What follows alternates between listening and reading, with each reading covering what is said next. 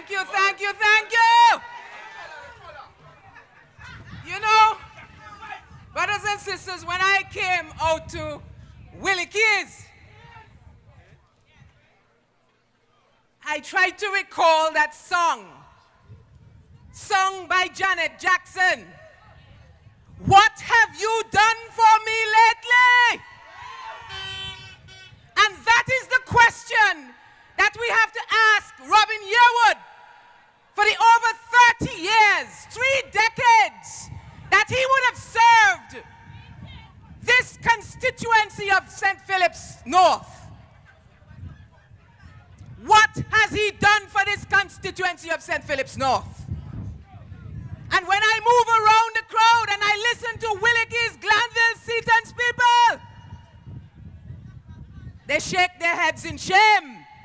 For the 3 decades that he has been serving, he has not moved this constituency forward. And he asking for another term? He asking for another term? Brothers and sisters, I stand here tonight to endorse Sister Shawn, a hard-working young woman, a woman that I had the privilege of working with. When I went to ABS, Shawn Nicholas was right there by my side. I saw her manage ABS with skill and with adroitness. I saw her take on tough challenges. So I know that Sister Shawn is a hard-working, dedicated worker. I saw Sister Shawn move. She was my trusted deputy when I was head of news and current affairs at ABS. And then when I left ABS, Sister Shawn took up that position as head of news and current affairs. She moved into the private sector and worked with our first indigenous bank, the Antigua Commercial Bank, as a young professional. And brothers and sisters, for a young banking executive to give up her job and to walk away in pursuit of public service, in pursuit of servant leadership, that shows the mettle of the woman. Give it up for Sister Shawn.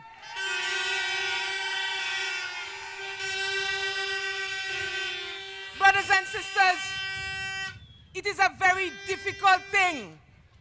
The leadership of this party will tell you, it is a very difficult thing to find women who are willing to make that sacrifice in pursuit of public service. It is a very difficult thing all around the world to find women who are interested in the political arena, who are willing to put their lives on the line, their reputation on the line. You listen to Night Soil Radio and you hear the nonsense that they spewed on Night Soil Radio. Women are not willing to put themselves on the line for politics. And I want to say that Sister Shawn has shown strength of purpose. She has shown courage. She has shown fortitude of spirit to have been able to throw her hat in the ring. Brothers and sisters, Sister Shawn has come here with compassion. She has come to the people of St. Philip's North, saying to them that she's willing to serve. She's ready to give of herself. She's ready to serve the people in this constituency and the children. When I drove in, Sister Shawn said to me, drive on the outskirts of the field because I don't promise my young people, I promise my footballers that we're not going to destroy the field here tonight. So just drive on the outskirts. The woman is working. The woman is working. And when you leave from the private sector and you have said, I am willing to take on an old veteran, she could have crumbled in fear. But she could have said, I can't do it because this is a giant of a man that I'm facing. But I want to say to you tonight, Sister Shawn is going to be the David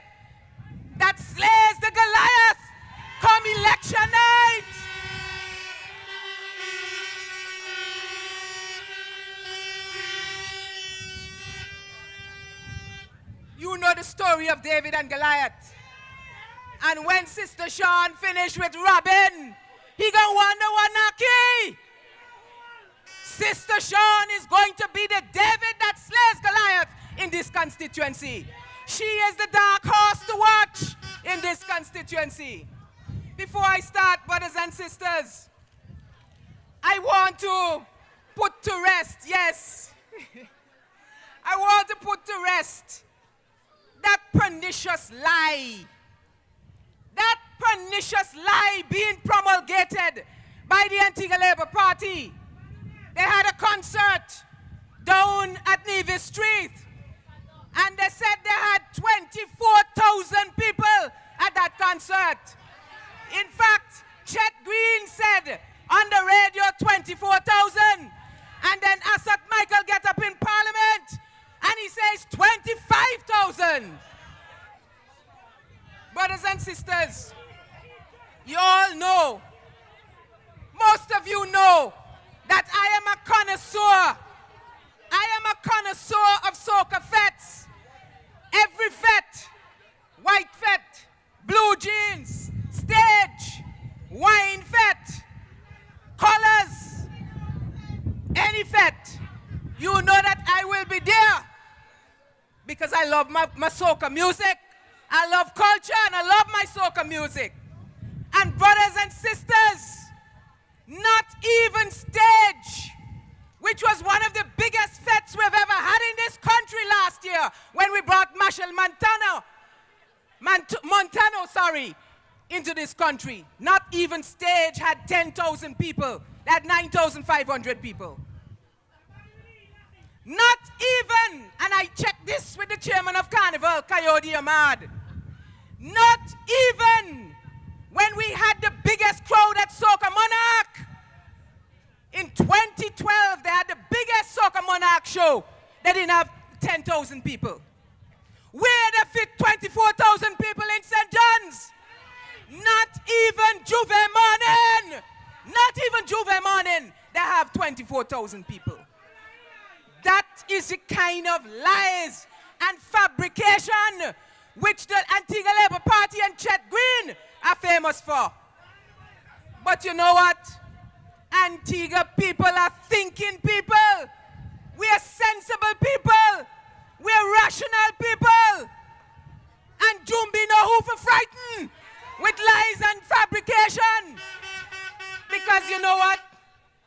UPP supporters, that is what they're trying to do. Frighten y'all. They're trying to frighten people. To make it seem as though they have such a big showing of support. And half the people down there don't have on no colors. And half of them are people who are under 18. In fact, my son say, Mommy, look, I like QQ, some one-drop song or the other. Some kind of raga one-drop song. And he and his friends wanted to go. They want to go. They don't want to hear Gaston Brown and Asad Michael. It's a concert. And plenty UPP people were there. They go to hear the concert. You know, my friend driving up here, she said to me, you think you had any Labour Party people at our concert on Sunday? Yes? All right. Okay then. But I can tell you this. You had people who sitting on the fence down at the Labour Party meeting. The concert down there. And we had solid, strong support at our meeting. Our blessing of the building. And they vex. They want to have raga, wind up and thing to open their building. And we decide to bring and invoke God's presence and to bless our building. And they vex. They vex. Another matter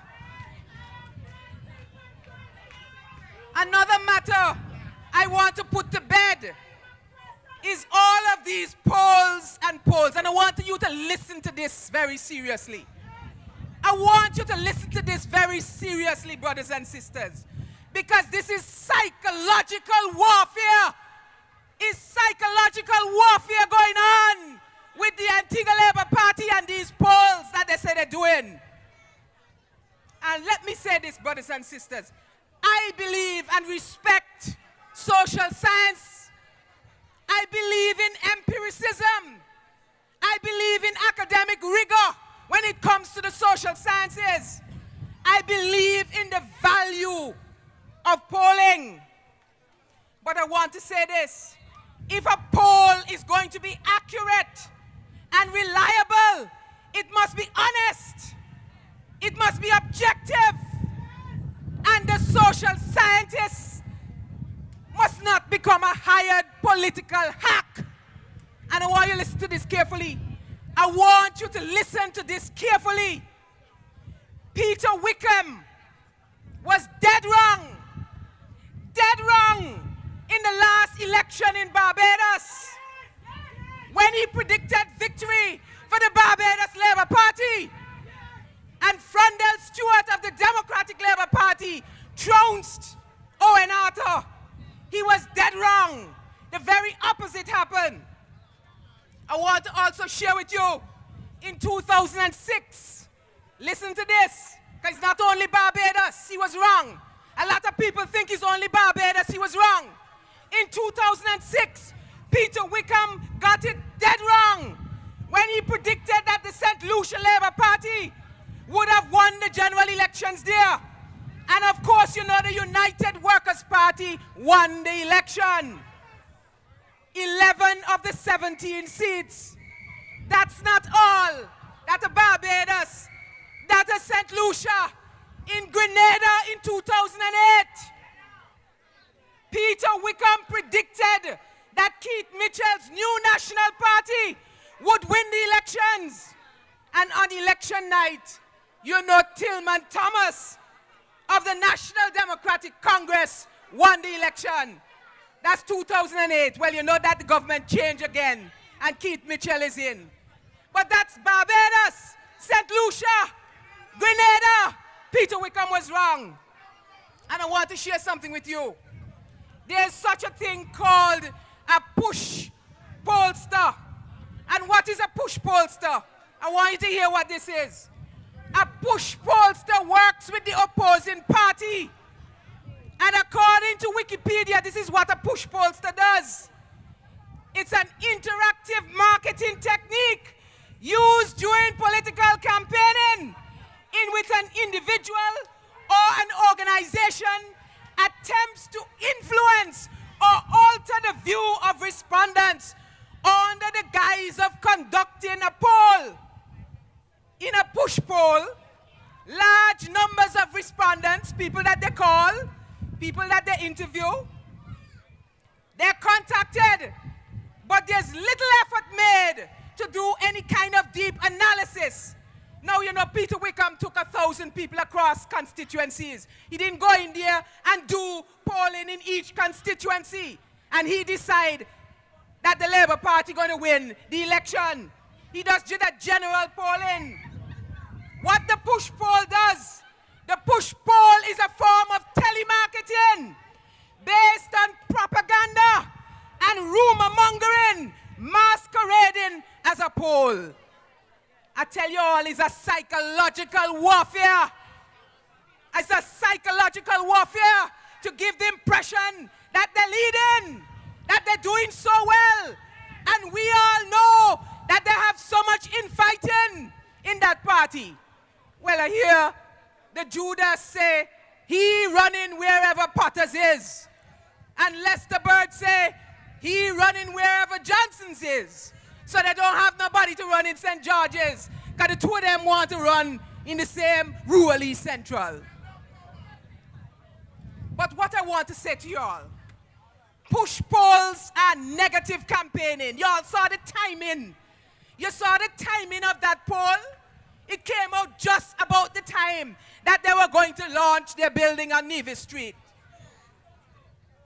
the hired political hack is working with the Antigua Labour Party. And I want you all to go out and hold your heads up high. This poll is supposed to make you buckle down, go in the constituencies and work 100% harder. Give your all. Knock on doors. Tell the people all of the good things that the United Progressive Party would have done for Antigua and Barbuda. You have a good track record. You have a sterling track record. You have a wonderful track record. And therefore, you have nothing to be ashamed of. Don't let them win the psychological war. Brothers and sisters, every Thursday, I hold a clinic in my constituency where the constituents come in and visit me.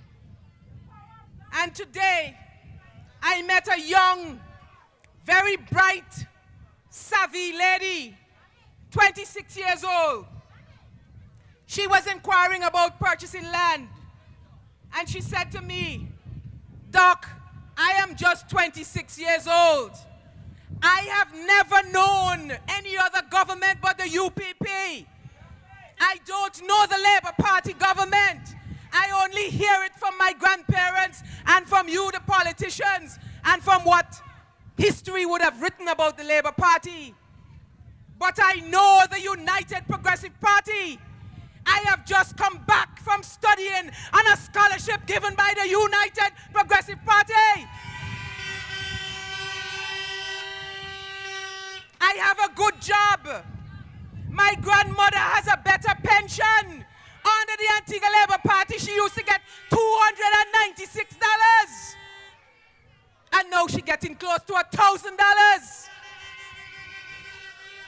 She says, every month my grandmother gets a subsidy for her electricity. Every month she gets her people's benefit so she can get fresh vegetables, fish and meat from CMC.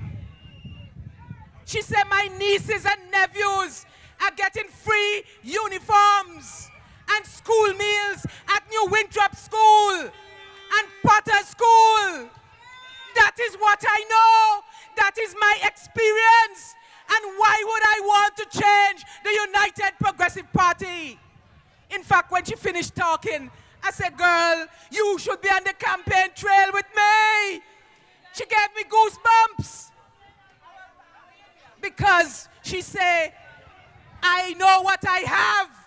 I am going to stick with what I have. I am going to stick with what I know." So, brothers and sisters, this is a party that has a strong track record. It's all right. Make them come. Welcome them in. They're coming over. Make them come. Yes. Yes, let them come. But brothers and sisters, and I'm speaking now tonight to all of those persons in this constituency, I want to see Sister Sean in the House of Parliament. She deserves to be in the House of Parliament.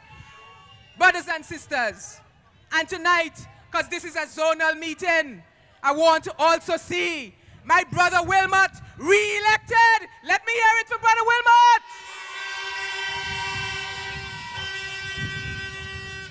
And of course, Mr. Terrific, Clifford Roberts.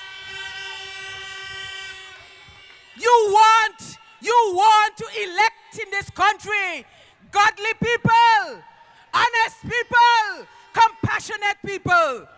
And brothers and sisters, I know that we are going to go out there, strap on your boots, walk every afternoon, every morning, do what you have to do, knock on doors, and speak of the good works of the United Progressive Party. Brothers and sisters, until I come again, please, I ask you, don't give up. Don't let the psychological war that the Labour Party is plotting and planning against this party succeed. Remember, it's UPP now more than ever, because in this election campaign, leadership matters. Leadership matters. And when you go across this constituency, you must ask Robin Yearwood, what have you done for me lately? Thank you, brothers and sisters. Good night.